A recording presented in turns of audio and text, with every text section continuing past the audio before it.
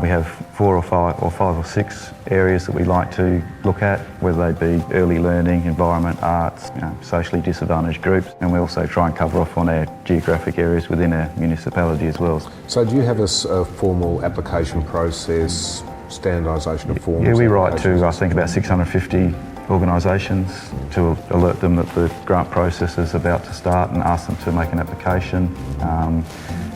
We get our applications. We had 60 odd this year. We whittled that down, I think, to about 11 or 12 for the second round, and then we gave out 6 grants. I'd say one of the things we focused on heavily in the last couple of years around grant making is the impact that the grant will have, and by impact I mean some sort of social change.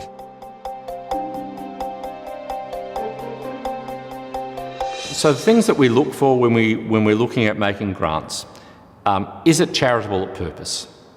Is it for community good rather than just a small select group of people? Has it already been funded by somebody else, or more importantly, can it be funded by somebody else? So I think they tend to really focus on perhaps projects and programs that wouldn't necessarily get funding from other methods and other bodies within council. In the early years, when we were small, we would ask only for applications, say, in the aged sector, or in the disability sector, or in the education for disadvantaged sectors, because we didn't have enough funds to be able to say we could spread across the whole sector. So one of the things that we have found in smaller communities is really they don't necessarily need big funding amounts. Sometimes it's the small stuff that actually gets the grassroots programs happening and that have the biggest impact. We've gone back out to the community and said, you tell us, what should we be focusing on? We're not going to sit there and consider applications for funding from within the community. We want to hear from the community, what should we be going and starting? What should we be looking at doing? We ask the community to participate in our grant making. So we invite community volunteers to come along, and last year we had 41 of them, and they come along and they actually read the applications that come in. So a lot of the programs that we fund are very small scale and offer people the opportunity to learn a little bit about themselves and the community, and that's really satisfying for us.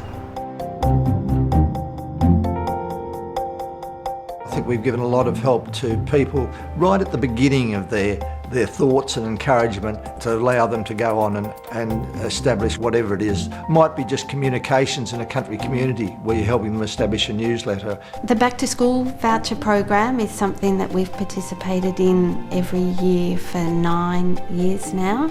Support for clothing for a soccer team for disadvantaged youth. The market on a regular basis for artisans in Aboriginal art. We give some to people with disabilities, some to youth, some to age, some to the arts.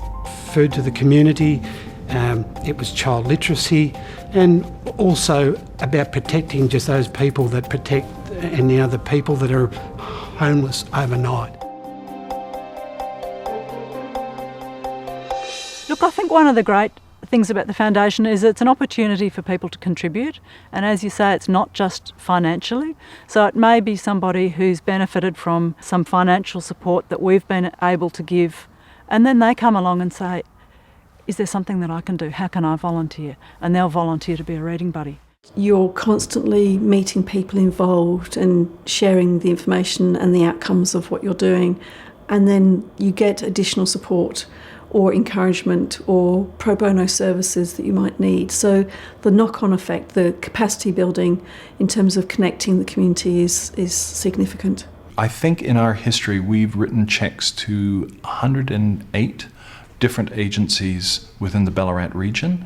We've supplied volunteers to well over 100 different agencies who've needed volunteers or volunteer help within the community, and because of that we're seen as a bit of a neutral agent. And we can actually bring people together around a table and say, now you're good at this, and you're good at this, and you're good at this. How can we work better together to achieve these outcomes?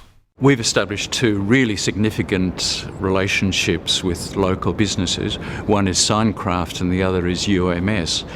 The relationships are long-term, that they will continue to make financial contributions to our fund, but also they make in-kind contributions. For organisations like UMS, it might be a little bit about donations by way of funding, but it's also by way of leveraging your core service to support the fund. And many organisations, for very little, would be surprised how much they can contribute when everybody comes together like that. The most important thing in a local community is resources, and the biggest resource is people and people's time and people's expertise, and I guess that's the really important thing about Board of Trustees. They might put a little bit of seed funding in, but they also do encourage you to keep expanding looking for those other resources as well. You have this common value and common aim of doing something for someone else. It's bloody fantastic.